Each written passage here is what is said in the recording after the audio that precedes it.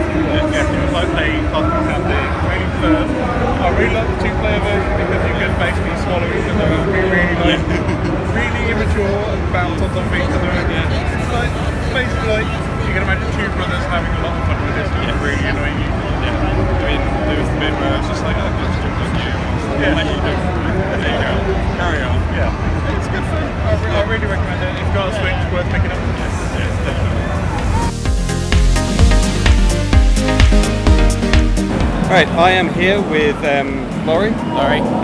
And we're here to talk about his game, Disobedient Sheep.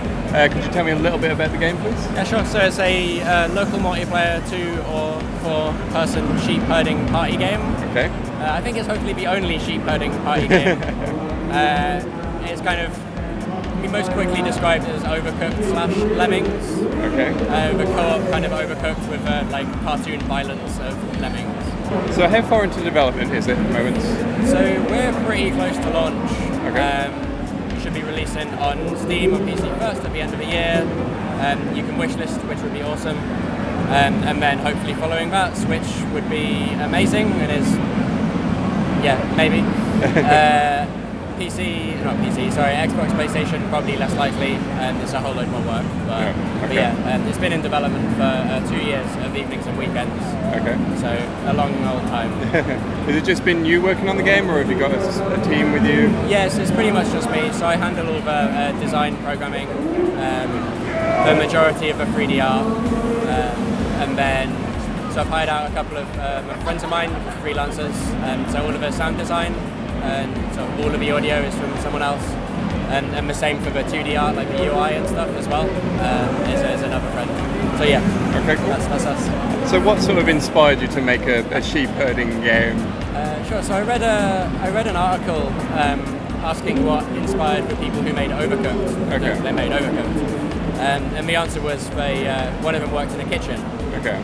And so I was bored one day. I was standing around in some shops, and I was like, what's some weird jobs I've had in the past? And so I spent some sort of summers volunteering on a farm, And then one of the things we did on the farm was we got a dozen or so primary school kids and talked about teamwork by moving sheep from one field to another. As you can imagine, a dozen primary school kids are not very good at moving sheep from one field to another. And so it was chaotic and crazy, and that's where it came from. It's got a very interesting control scheme because like each player is controlling one stick. Yeah. What sort of inspired you to take that route? So it's kind of a mix, really. In the final game, you will be able to have one controller per player if you want to. But I really like if we do two players per controller. It solves a bunch of nice little problems. So a lot of people don't necessarily have 4 controllers, so you can have 4 people on 2 controllers, which is just cool. And also it's intuitively kind of friendlier and closer, and like if you're playing in co-op and if you're playing in versus when you can push your friend off the controller, it feels nicer. Overcooked did it as well, and a bunch of other games did it. So one thing I sort of read about the game is that obviously you said you were inspired by real life sheep herding. From what I was reading on like the press pack and everything, you said that you just sort of read academic stuff about sheep herding, was it? Yeah. So when one of the hardest things about this game was in designing the algorithm for how the sheep flock and herd together. Okay. And so when I started the process of coding that up and thinking about what that would look like mathematically, I read a bunch of there's actually one really good, I think it was an undergraduate dissertation by some computer science student somewhere. And I read a whole bunch of his dissertation, and it described the mechanics of how he'd implemented this flocking algorithm. I lifted a lot of inspiration from that, and some of the maths from that, and then I had to generalize it to actually work in a game, because there's a bunch of constraints in games that don't necessarily work in a very theoretical mathematical construct. So obviously, very important question. You obviously play as dogs. How many different types of dogs are? 5 currently. Okay, cool. Cool. Okay. They each have a series of different colours as well. Okay. So you can pick between 5 dogs with 2 or 3 colours each. That's cool. Cool. Thank you very much. Oh, thank you. And you said that you're launching very soon. Yep. So keep an eye out for Disobedient Sheep.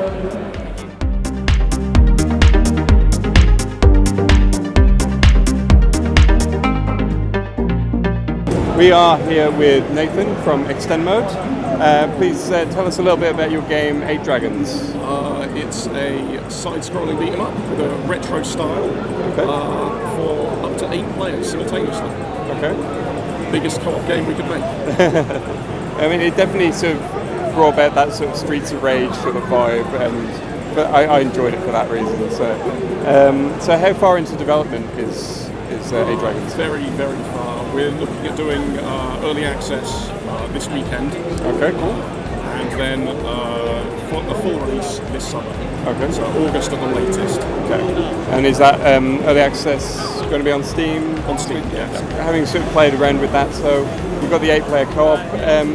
What does 8 Dragons sort of bring to the beat-em-up genre to sort of make it stand out? It's been a while since there were any beat-em-ups with 8 simultaneous players, so there's that. It also has a story mode that's different depending on who's playing. Okay. So one character will have one story, another character will have another story, and they have different levels and different bosses as they go through it. But when you have multiple players, it will merge those stories together. So they will have a different set of bosses at different parts of the game, depending on which characters exactly you're playing. Yeah. I did sort of notice that sort of when I was playing versus when Keith was playing, completely different areas were happening, and so that's actually really cool. So what's apart from like the early access, what are the next steps for the game sort of to get it? Bug fixing. Yeah. That's one of the things about an event like this. You get more testing than you get at any other time. Yeah, I noticed a small bug while I was playing, which fortunately got fixed, but these things happen. Yeah. So that's part of early access as well. Yes. Get it out there, people hit bugs, tell us, we'll fix them. Yeah. And then it will be ready. Yeah. So thank you for that. So it's only going to be early access this week? This weekend. This weekend, and hopefully a full release in summer? July or August. August at the latest. All right, well, thank you very much. Thank you. Okay.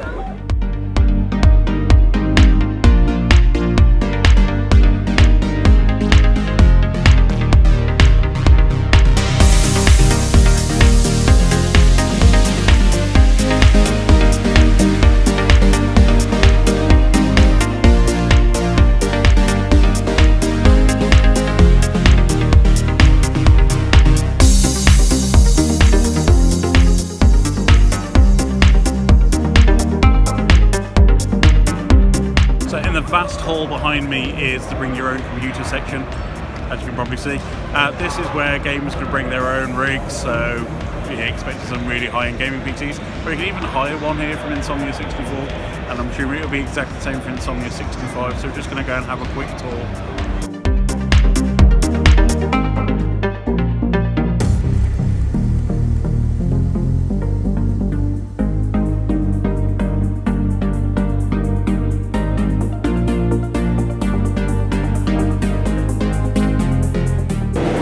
So I'm here with Charlotte from Cave Monsters, and we're here to see your game Lord Winklebottom Investigates.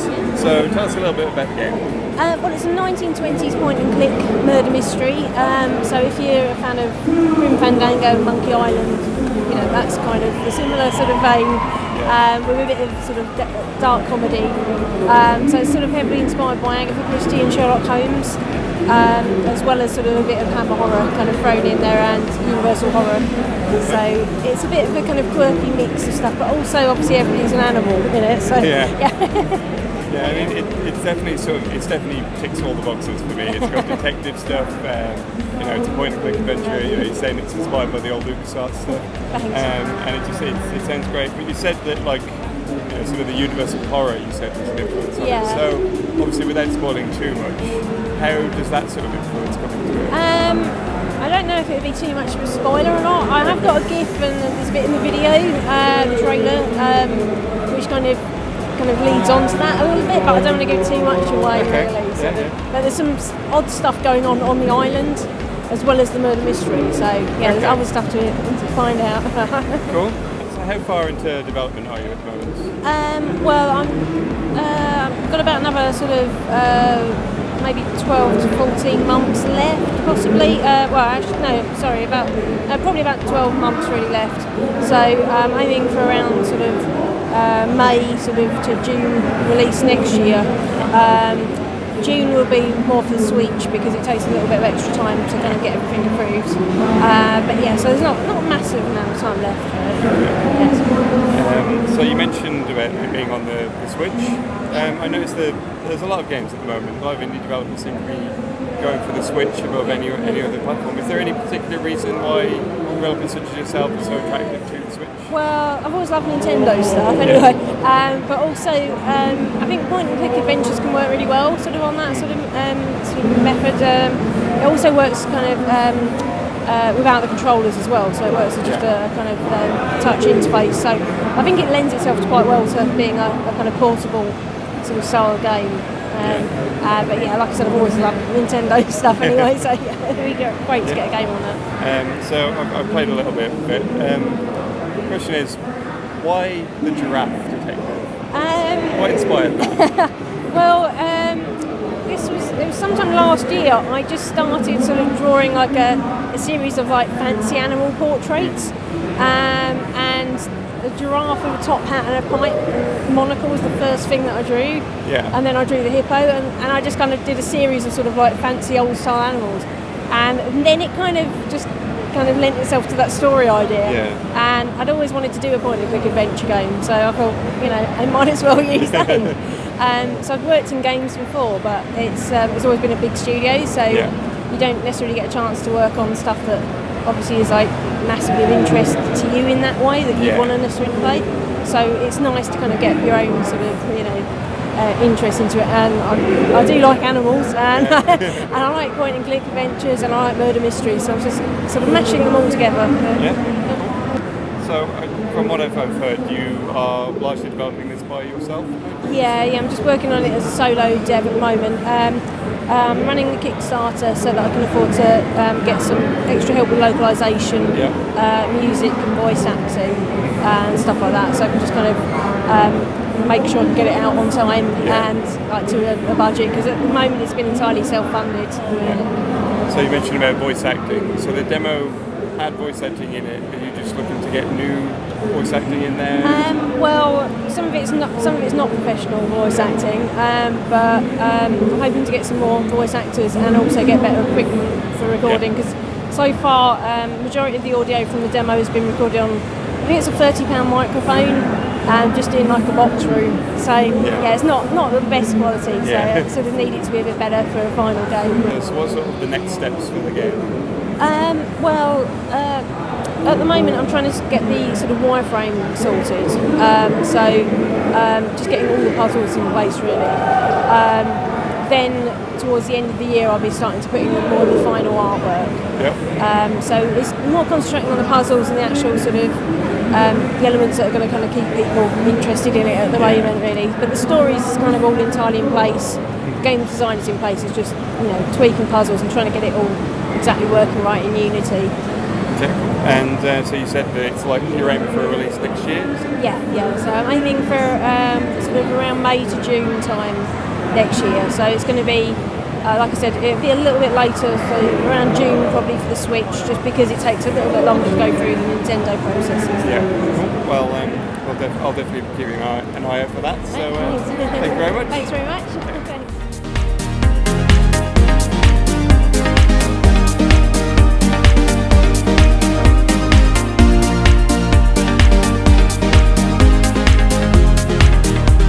So I'm here with Jason and from Stray Basilisk, and we're here to talk about the game SteamHounds. So tell us a little bit about it. Okay, so in SteamHounds, the player commands a team of steampunk mercenaries who are doing the dirty work for various factions who are vying for control of a once great but now kind of crumbling industrial metropolis. Gameplay-wise, it's kind of a mashup between like a turn-based JRPG style battle system and like a more tactical kind of grid-based system. So normally in these kind of games, your character will do their big attack and then they'll just stand around in a little idle pose, politely waiting for their next turn to come around. So we decided to switch that up a bit by introducing a system we call stances. So each character has a unique set of stances they can choose from, which allow them to react to stuff happening outside of their turn.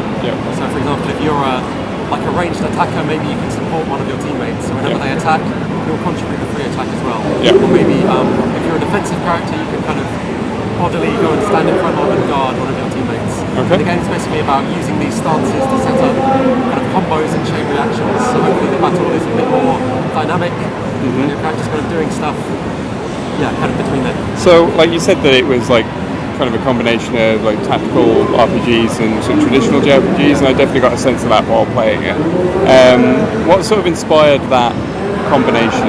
So the initial spark of combination was I was playing the first of the new batch of XCOM games. So it's Enemy Unknown. If you're familiar with that. But in that game there's a mechanic called Overwatch, where you can kind of position your character so that if any enemy kind of runs across their line of sight, they'll take a shot at them.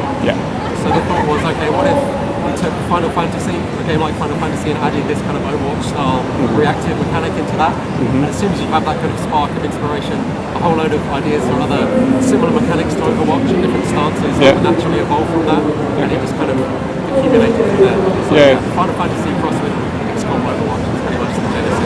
Because I definitely got that sort of XCOM sort of Fire Emblem, that sort of, that sort of combination. I kind of got that sense from the demo, just having to sort of position yourself and do all that. So you said that this is like a multiplayer focused game, right? So I suppose that's the other kind of unique or somewhat unusual thing we're going for. So there's a lot of multiplayer turn-based games, you have your Hearthstones and stuff like that. But in terms of like a JRPG style, one team on one side, one team on the other, there's not much there. No, there isn't. Like Pokemon does it, and they're the biggest RPG franchise in the world, which no one else does for some reason. So we think that's really kind of underserved. So that's another niche we're hopefully trying to fill with that. But even though it's multiplayer, are there plans to add like story mode or anything in there? So we definitely want a kind of single player campaign, some description, at the very least to kind of act as a tutorial and introduce characters to the different players, to the different characters and mechanics kind of gradually. It's probably going to be more of almost like a management feel to it. So you'll be running your mercenary crew, managing your roster of mercenaries and your resources, and then you'll be deploying them onto missions where they'll be taking part in the kind of turn-based battles which you've seen already. From what I've researched, you are a very small team, so it's just the three of you, I believe? So the core team is three of us. There's me, and then there's Andrew and Paul, who are based respectively in the east and west coast of the United States, so we're kind of a distributed team across 3 time zones. We have started working with some really talented contractors who are doing some artwork for us over the last couple of months, so we've kind of expanded. But Stray Basilisk as a company is 3 people right now. I imagine it's quite challenging working across those time zones. And challenges. Luckily I'm a night owl, so we Yeah. have meetings at like 11 PM UK time, Yeah. which just about works for me. Yeah. And that's, you know, like just after work for some of Yeah. the other guys in the States. So, Yeah. you know, we make do. Yeah. And there's, you know, there's plenty of online tools and services now for collaboration, so we use things like Slack and Trello to manage tasks and chat and stuff like that. So how far along into development is SteamHounds at the moment? Yeah, so what we have now is essentially somewhere between like a prototype and a vertical slice. So we have the kind of core system, and we put it in front of players, and we kind of refine based on feedback, and we think we have a really solid core. But we need to start building content around that to kind of put flesh on the bones of that. So more characters, more kind of battle stages. We talked about some kind of single player structure. Right now you can basically do individual like skirmish battles. So you can. We have our like online infrastructure working, so you can play against a friend online, but it will be like an individual battle which you invite them to. We want to have a kind of matchmaking leaderboard system and some kind of like progression and structure around that, and none of that's there right now. Okay, cool. So I'm assuming a lot of that is going to be like the next steps for the project. So basically re-theming and working with our artists to kind of replace a lot of the stock assets and artwork we're currently working with to really like solidify the theme and the look of the game, and then just more content. Okay, cool. So I'm guessing it might be a while before we see a full release. Yeah, we don't have a date lined up. I mean, we have kind of big plans for it. Yeah, we'll definitely keep an eye on it though, and thank you for your time.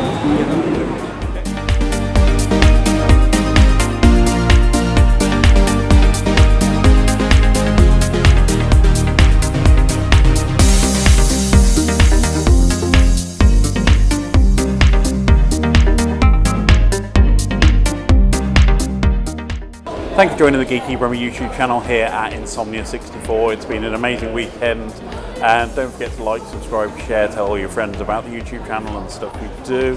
It's been a great Easter bank holiday. We'll be hopefully back for the next event in August, but until then, goodbye.